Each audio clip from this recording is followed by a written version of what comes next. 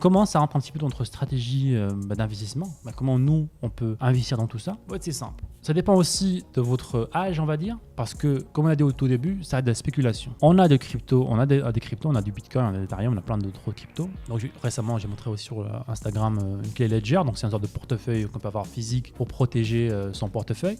Et en fait, c'est simple en fait. On a une approche très simple. Si demain, tout le monde de la crypto repart à zéro, ça va rien changer dans notre vie.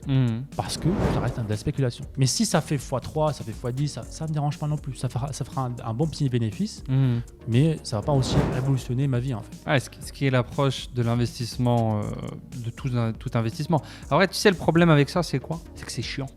Qu'est-ce que c'est chiant ton truc? Elle est où l'excitation? Ils sont où les x10 demain? Comment je fais 1000 € dans 2 semaines en fait? Et c'est pour ça qu'en fait, la plupart des gens ne le font pas. Parce que les gens, ils pensent que investir, c'est aller au casino en fait. C'est avoir des rushs de dopamine. Après, tu as toute une culture dans les films et tout. On a l'impression que les mecs, ils sont, ils prennent des machins, ils sont devant des écrans, ils font des trades à haute fréquence. Alors que l'investissement en général, tu fais un achat par mois, c'est-à-dire 4 clics, t'as FK, tu fais rien pendant 1 mois, voire 6 mois, voire 1 an. Et c'est ça en fait. C'est ça l'investissement. Mais c'est chiant. Et la nouvelle génération... Ouais, c'est ça. En fait, la nouvelle génération veut gagner de l'argent.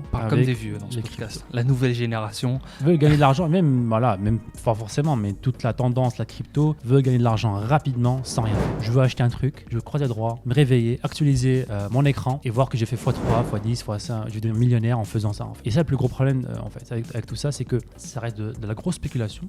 Ça place dans une stratégie d'investissement. Pour moi, ça représente moins des 10%. Ouais, selon même. Voilà, j'ai un portefeuille, voilà, je vais investir ici dans l'immobilier, ça dans mon business, ça dans plusieurs choses en même temps. Et 10% de ce budget-là va être dans la spéculation. Ça peut être aussi de la bourse. On peut aussi trouver des choses intéressantes dans la spéculation dans la bourse. Et aussi une partie dans les cryptos. Mais avoir tout mon portefeuille dans la crypto, ça n'a aucun sens. Tout ton net worth, donc tout est 100% de tout ce que tu possèdes. Ça n'a aucun sens. Donc c'est quoi les stratégies là-dedans que toi tu fais? Donc ouais, c'est 10% de spéculation. 10%, t'achètes des crypto-monnaies type Bitcoin, Ethereum et t'attends que ça prenne de la valeur.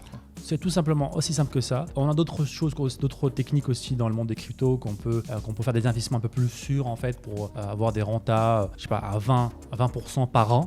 Alors je sais qu'aujourd'hui ils sont habitués à avoir des 20%. T'as dit le mot sûr et t'as dit 20% après. 20% par jour, hein, aujourd'hui ce qui cherchent les gens en fait, c'est ça le problème. Alors que 20% par an, c'est énorme. Si on peut tenir ça sur la durée, c'est incroyable. Le livret, c'est 0,5% par an. La bourse, c'est en moyenne 8 à 10% par an depuis sa création. Et l'inflation, c'est 6 à 7%. Donc ça, c'est ce que vous perdez malheureusement. Donc c'est vraiment une stratégie un petit peu boring comme ça, où t'achètes, t'attends que ça prenne de la valeur, t'as pas d'autre chose un peu... Parce que c'est pas en fait, le but de tout ça, c'est que c'est pas notre game en fait. C'est ça. Et ça aussi, c'est très très important. Ça veut dire que les gens en fait, qui investissent, qui sont trop dans le monde de crypto, malheureusement, dans le cas où ça marche pas, dans le cas où ça tombe pas, non seulement je vais être très mal financièrement, mais aussi j'aurai rien appris.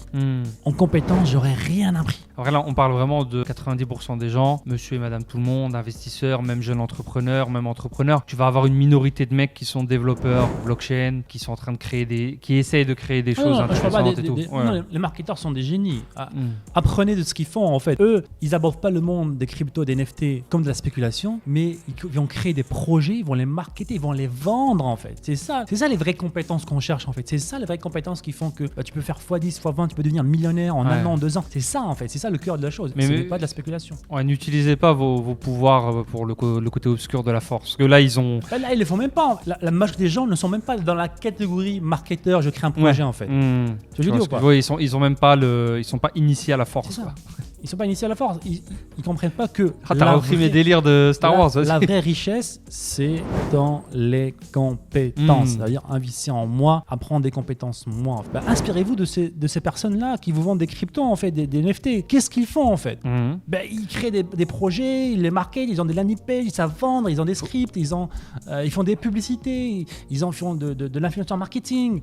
C'est ça, les vraies compétences. C'est eux qui créent des millions en quelques heures, en fait. Ce n'est pas en revendant des photos à plein d'autres personnes que tu dois devenir riche en fait. Ouais, c'est raisonner en tant que producteur et non consommateur. C'est ça. Et encore une fois, c'est ça le plus gros problématique avec tout ce monde-là, c'est qu'on n'apprend pas des choses réelles. Même si demain ça explose, j'aurais rien appris. Je serais toujours rattaché à ça en fait. Ouais, mais tu crois les gens ils veulent apprendre? Non mais soyons honnêtes. Je sais que oui. On parle des gens en général. Ils veulent pas apprendre.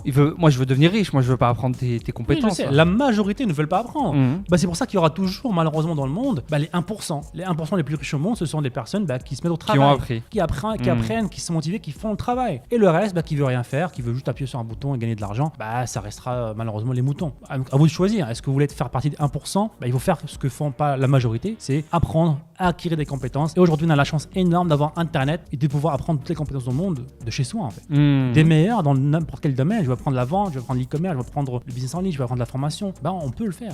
Si vous avez aimé ce clip, cliquez ici pour voir d'autres clips. Sinon, cliquez ici pour voir l'épisode en entier. Ciao, ciao.